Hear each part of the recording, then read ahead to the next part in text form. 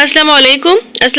This is Farooq Khan. Welcome back to another video. I hope you all are doing well. So ये chapter number 1 है chemistry second year का chapter number 1 chemistry of representative elements. Last video में हम लोग question number 1 to 3 questions कर चुके हैं। आज हम करेंगे 4 to 6 और रीजनिंग क्वेश्चंस भी हम लास्ट वीडियो में कर चुके हैं। आज का टॉपिक हमारे पास होगा question number 4 to 6।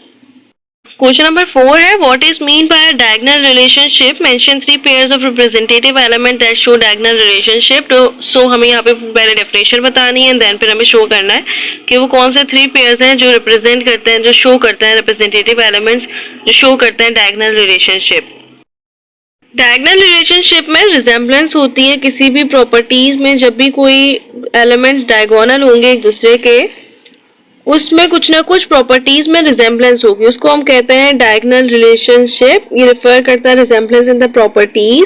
Diagonal relationship ये रिफर करता है resemblance in the properties exhibited by certain pairs of element that are located diagonally to each other within the periodic table. ये होते हैं डायगोनल रिलेशनशिप जिनकी properties में resemblance होती है। 3 पेयर्स हैं एलिमेंट्स के जो एग्जिबिट करते हैं, जो शो करते हैं डायगोनल रिलेशनशिप। ये आपको पीरियड्स दिए हुए सेकंड थर्ड पीरियड्स और group 1A 2A 3 and 4A। इसमें रिजेम्बलेंस होती है लाइक लिथियम और मैग्नीशियम, दोनों एक दूसरे के डायगोनल है।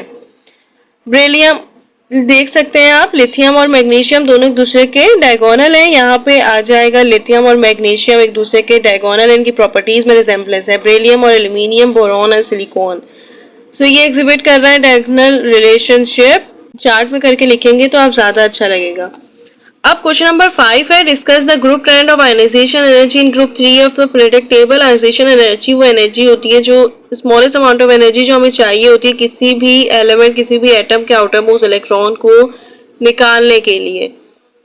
तो यहाँ पे कहा हुआ है कि 3 ऑफ द पीरियोडिक टेबल में कैसे डिस्कस करें ट्रेंड ऑफ आयनाइजेशन एनर्जी। सो इसमें एक्सेप्शन होती है। एक्सेप्शन ये होती है कि इसमें डाउन द ग्रुप डिक्रीज होने के बजाय आयनाइजेशन एनर्जी हमेशा डिक्रीज हो रही होती है, क्योंकि डाउन द ग्रुप हमेशा एटॉमिक रेडियाई इंक्रीज हो रहा होता है, साइज इंक्रीज हो रहा होता है। तो इलेक्ट्रॉन और न्यूक्लियस में बहुत ज़्यादा गैप आ जाता है, उसकी वजह से हम आसानी से एक आउटर मोस्ट इलेक्ट्रॉन से आउटर मोस्ट शेल से इलेक्ट्रॉन निकाल सकते हैं। अब क्या होगा कि जब इसमें आउटर मोस्ट इलेक्ट्रॉन से निकाल सकते हैं, लेकिन आयनाइजेशन एनर्जी में एक्सेप्शन होती है 3A ग्रुप में। 3A बोरॉन फैमिली है। इसमें क्या होता है कि फर्स्ट गैलियम के पास हायर आयनाइजेशन एनर्जी होती है देन एल्यूमिनियम, क्योंकि boron, aluminium, gallium, indium and thallium है। डाउन द ग्रुप डिक्रीज होनी चाहिए लेकिन इंक्रीज हो रही होती है। गैलियम के पास ज्यादा आयनाइजेशन एनर्जी है, क्यों? और सेकेंडली थेलियम के पास भी हायर आयनाइजेशन एनर्जी है देन इंडियम। ये रेगुलेटरीज इसलिए है क्योंकि इनके पास शील्डिंग इफेक्ट कम होता है। नंबर 3 था हमारे पास कि गैलियम के पास स्मॉलेस्ट एटॉमिक रेडियाई होता है then aluminium.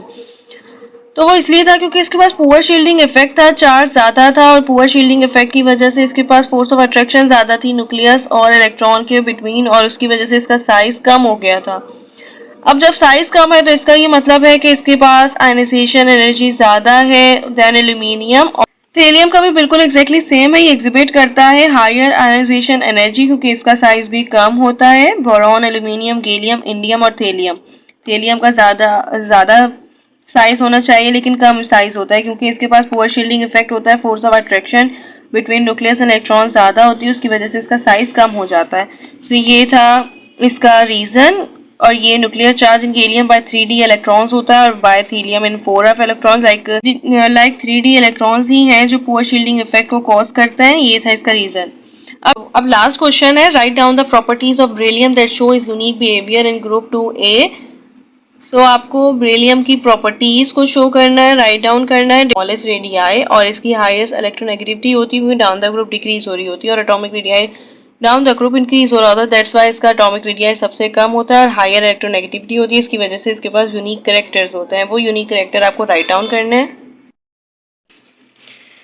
Hardness down the group हमेशा डिक्रीज हो रही होती है, तो बेरिलियम हार्डर होता है और मोर रिजिड होता है then other members of group 2A। इसकी हार्डनेस भी इसी की वजह से होती है। एक तो 2A के पास चार्ज ज्यादा होता है, 2 चार्ज होता है, और अल्कली के पास 1 चार्ज होता है, तो दैट्स वाई अल्कली से ज्यादा ही हार्डनेस होती है। हमेशा अल्कलाइन में, और ये hardness down the group decrease हो रही होती है क्योंकि बेरिलियम है और उसके पास साइज इंक्रीज हो रहा होता है ना, साइज इंक्रीज होगा तो हार्डनेस कम हो जाएगी, तो दैट्स वाई बेरिलियम के पास हार्डनेस ज़्यादा होती है। बेरिलियम के पास रिलेटिवली लो डेंसिटी होती है और हाईएस्ट मेल्टिंग पॉइंट होता है compare with other members like melting and boiling point down the group हमेशा अल्कली मेटल्स में, अल्कलाइन अर्थ मेटल में लाइक एस ब्लॉक एलिमेंट्स में डिक्रीज हो रही होती है, जबकि पी ब्लॉक एलिमेंट्स में इंक्रीज हो रही होती है। तो जब डिक्रीज हो रही होती है मेल्टिंग एंड बॉइलिंग पॉइंट, इनके पास लो इंटरमॉलिक्यूलर फोर्सेस होती हैं।